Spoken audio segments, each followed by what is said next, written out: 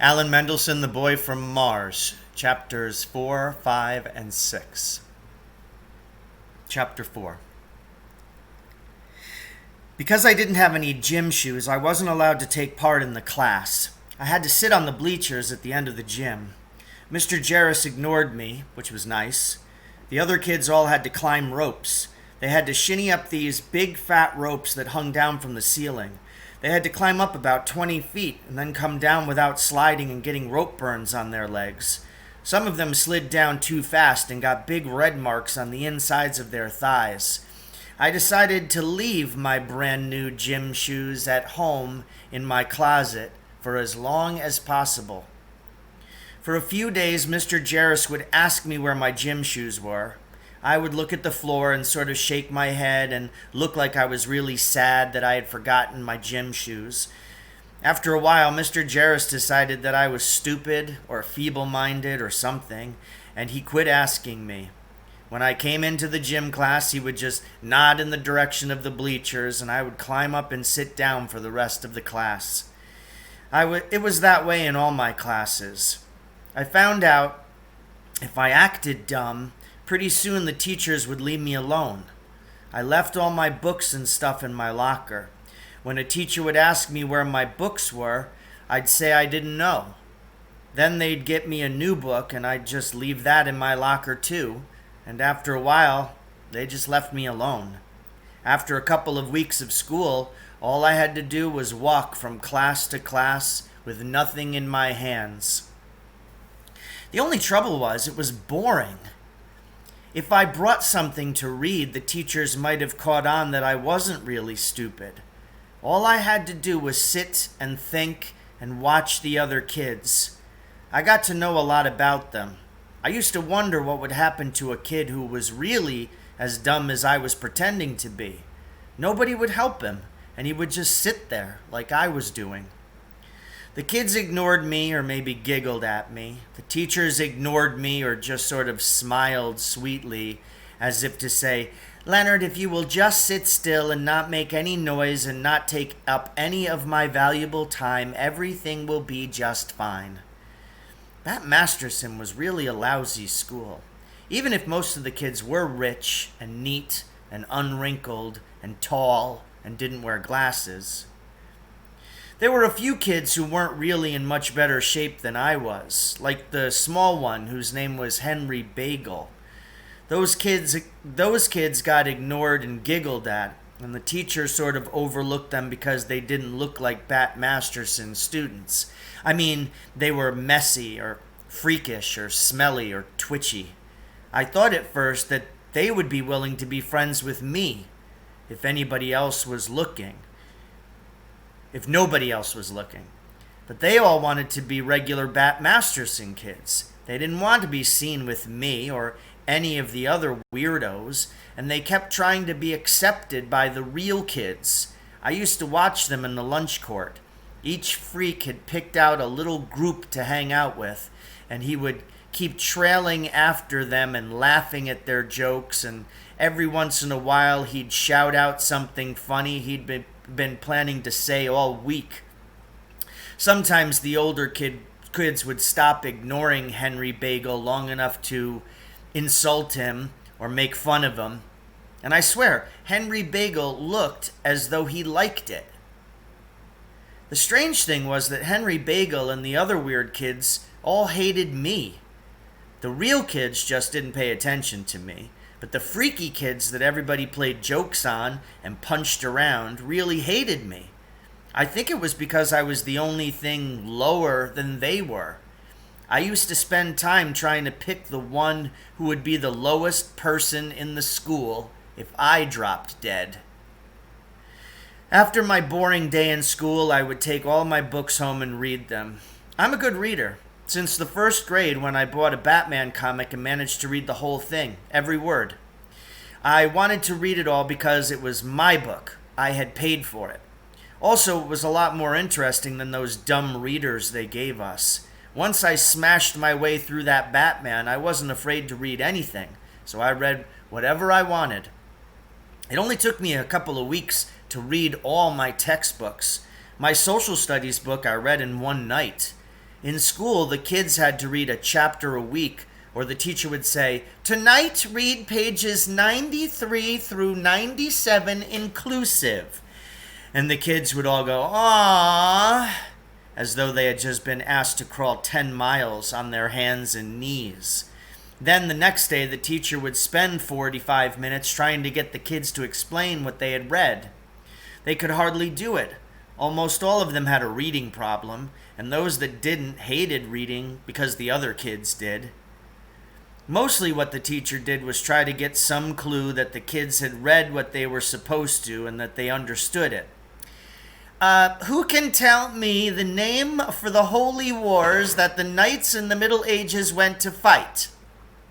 the teacher would ask. No hands. "Anybody?" Finally, a hand. Then the teacher would sort of move her lips silently, saying along with the kid, "Crusades." Actually, I found that medieval stuff really interesting, and I took a lot of books about it out of the public library. There was this good movie with Tony Curtis on TV, and then it turned out that it had been taken from a book, Men of Iron, which was even better. I found a lot of good stuff about knights and jousting and crusades and all that. It was pretty exciting, but not to the kids at Bat Masterson.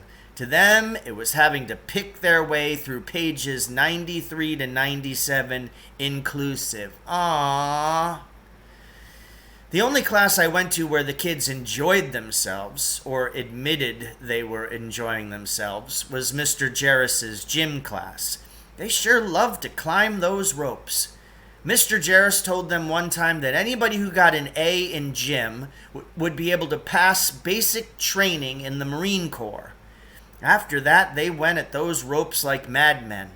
I guess they all wanted to be Marines. My parents are sort of dumb. I mean, I love them and all that, but they aren't very interesting.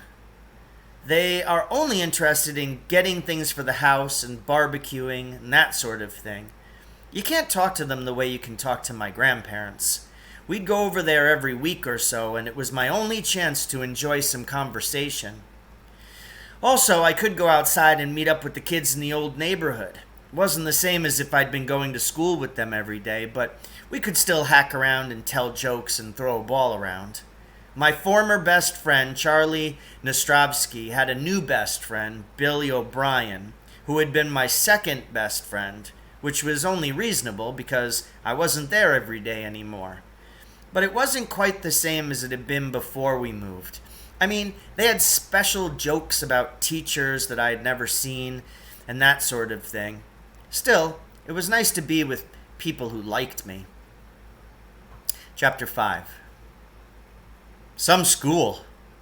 You could cast a horror movie with some of the kids around here. Somebody was talking to me. I was sitting on my favorite bench at the far end of the lunch court. There wasn't anybody near me except this kid I'd never seen before. He had a beard. I don't mean he had a real beard like a hippie, but he had a very heavy stubble like a grown man.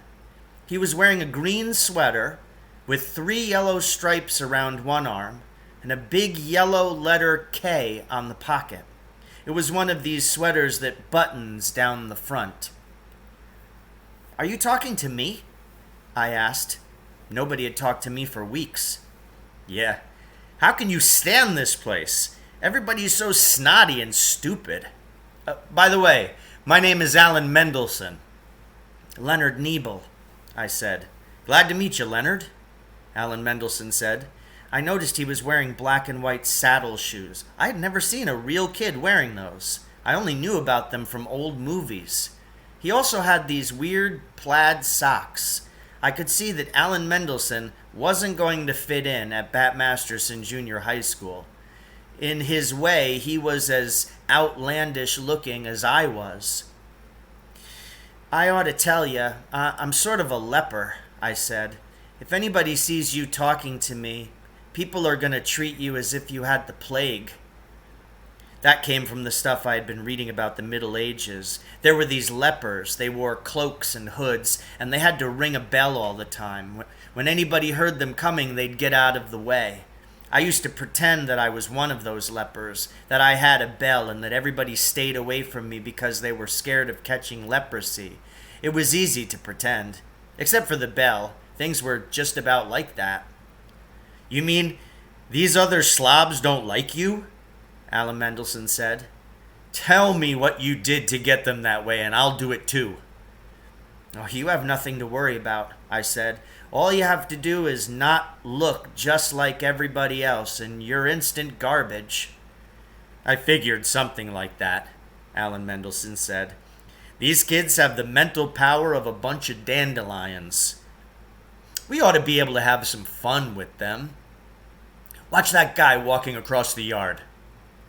Alan Mendelsohn pointed to a kid walking across the lunch court eating a sandwich. The waxed paper was sort of waving in his face. He was eating and walking fairly fast toward one of the garbage cans placed every 20 feet. Alan Mendelsohn put 2 fingers in his mouth, and just as the kid was about 2 paces away from the garbage can, Alan Mendelsohn whistled. It was the loudest whistle I had ever heard.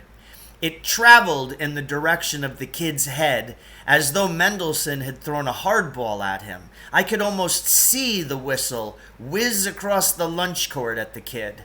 The kid looked around with his mouth full of peanut butter and jelly sandwich. He was still walking at the same rate. Turning in the direction of the whistle altered his course just enough to send him smack into the garbage can, which went over. The kid went with it, his legs tangling with the rolling can.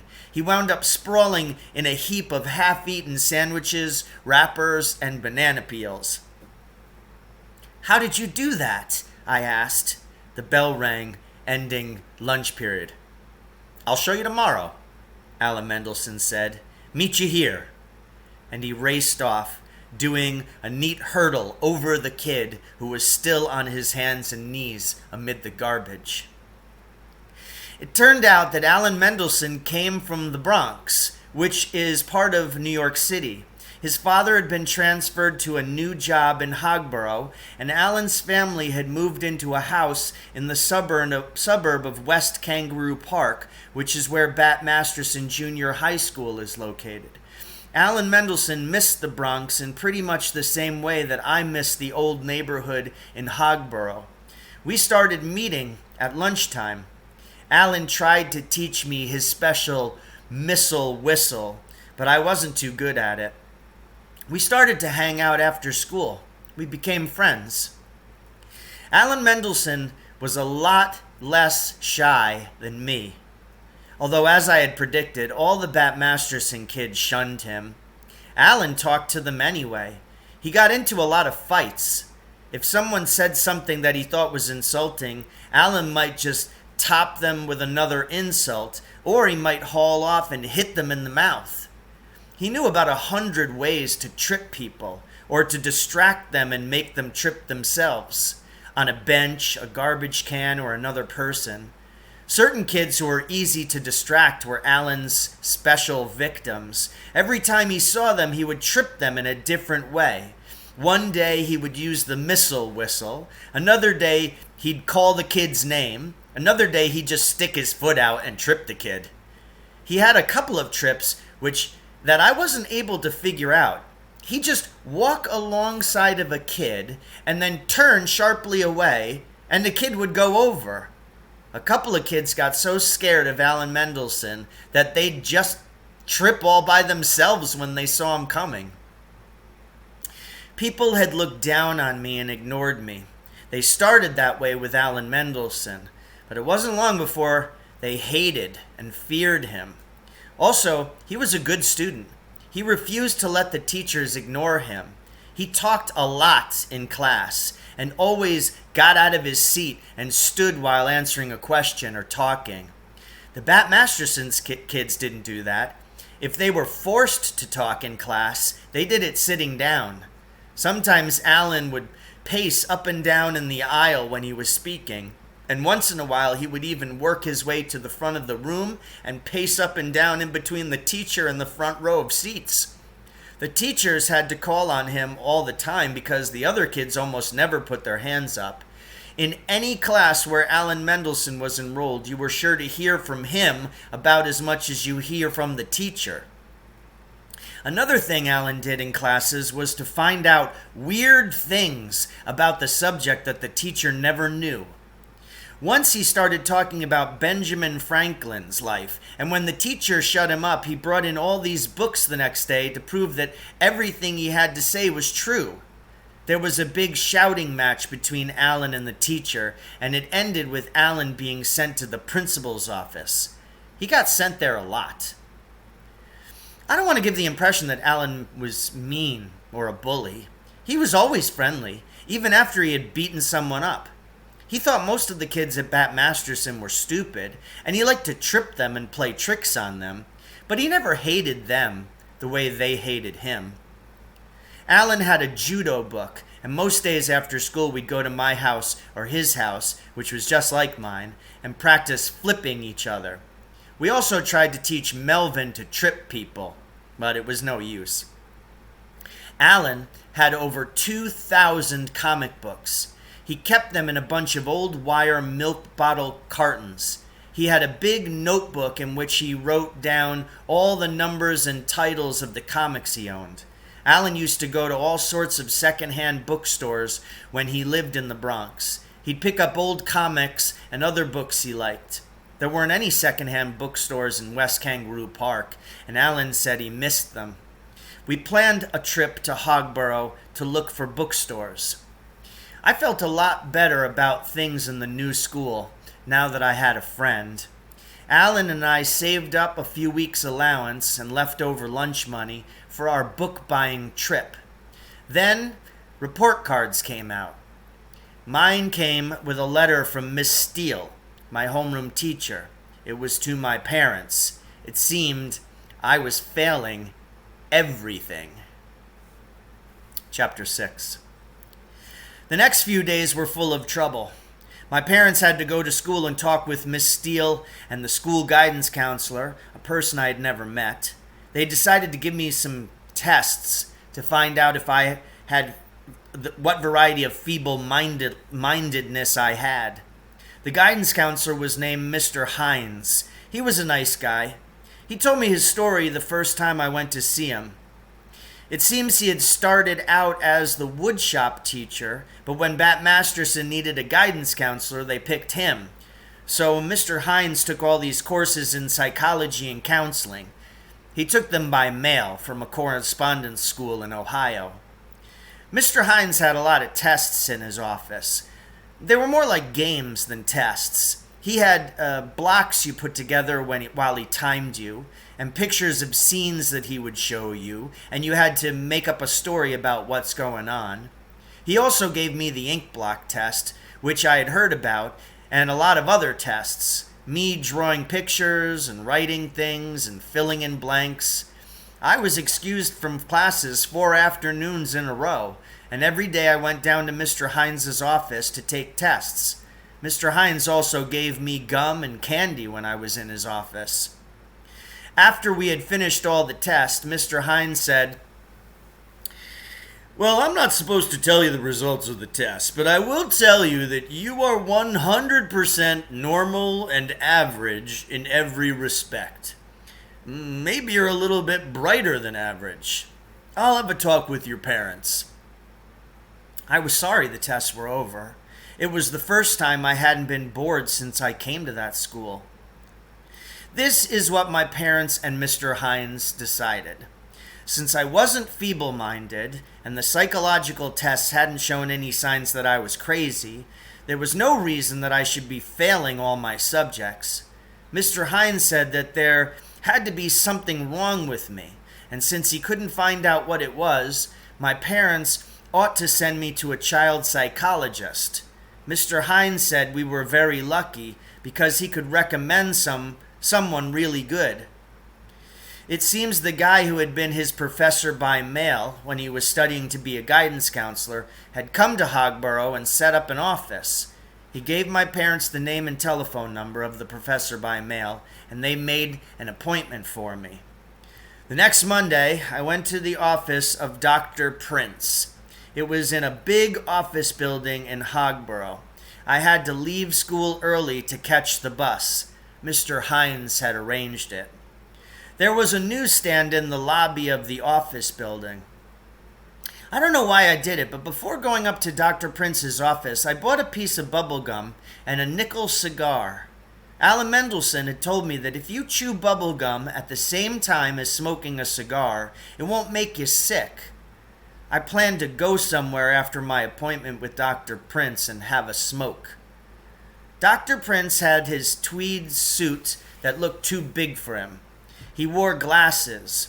There were 2 big upholstered chairs in his office, the kind you sink into. He told me to sit in one.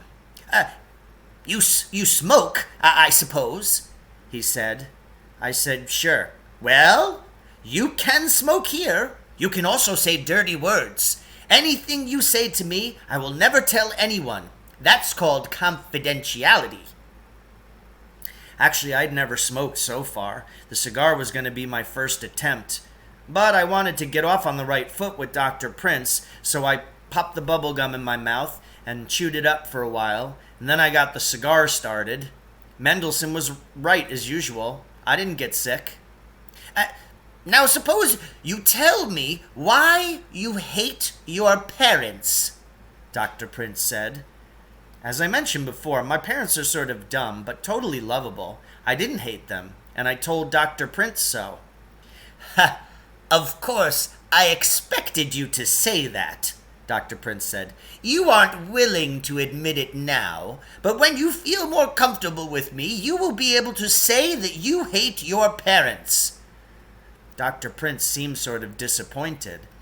I didn't want to hurt his feelings. After all, he was letting me smoke my cigar, and he had told me that I could say dirty words. He was obviously trying very hard to get me to like him. I wanted to help him out. Well, I do feel sort of angry at my parents sometimes, I said. Ah! Now we're getting somewhere, Dr. Prince said. You're angry at them because they pay more attention to your little sister, right? I don't have a little sister, I said. Little brother, then? Nope, no little brother. Older brother? Older sister? No. Twin? No. Dr. Prince looked puzzled. He had a big folder in his lap. I recognized some of the tests Dr. Hines had given me. Dr. Prince thumbed through the papers in the folder. I suppose you're upset because your parents drink so much, he said. I told him that my parents hardly ever drink at all. Dr. Prince was silent for a long time. He stared at the pile of papers in his lap.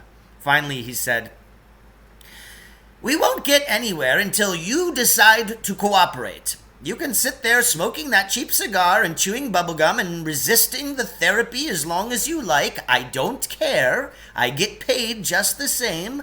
But you are not going to be able to solve any of your problems unless you are willing to talk about them. I started to tell Dr. Prince about how I was mad at my parents sometimes because I didn't like the new house or the new neighborhood or the new school, but he interrupted me. Don't rationalize. Right now you are feeling anger at me.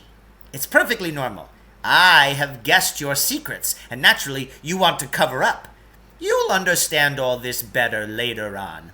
Now, let's talk about something else. How did you feel about things in general when you were 6 months old? I told Dr. Prince that I couldn't remember anything about being 6 months old.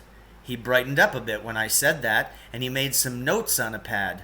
Oh, can't remember. Is that so? Well, don't worry, Leonard. You won't be having any more nightmares before very long. You're pretty confused, but it isn't too late to help you. Come again next Monday at the same time. I don't think I've ever had a bad dream. When I dream about science fiction monsters and things like that, I usually enjoy it. I had already caught on that it wouldn't do any good to tell that to Dr. Prince. He shook hands with me, and I went down in the elevator. I bought another cigar and another piece of bubblegum at the newsstand in the lobby. When I got home, the charcoal in the barbecue was already red hot. My mother wanted to know how my appointment with the doctor had gone. Dr. Prince says it's all right for me to smoke cigars, I said. So ends Chapter 6, Alan Mendelsohn, The Boy from Mars.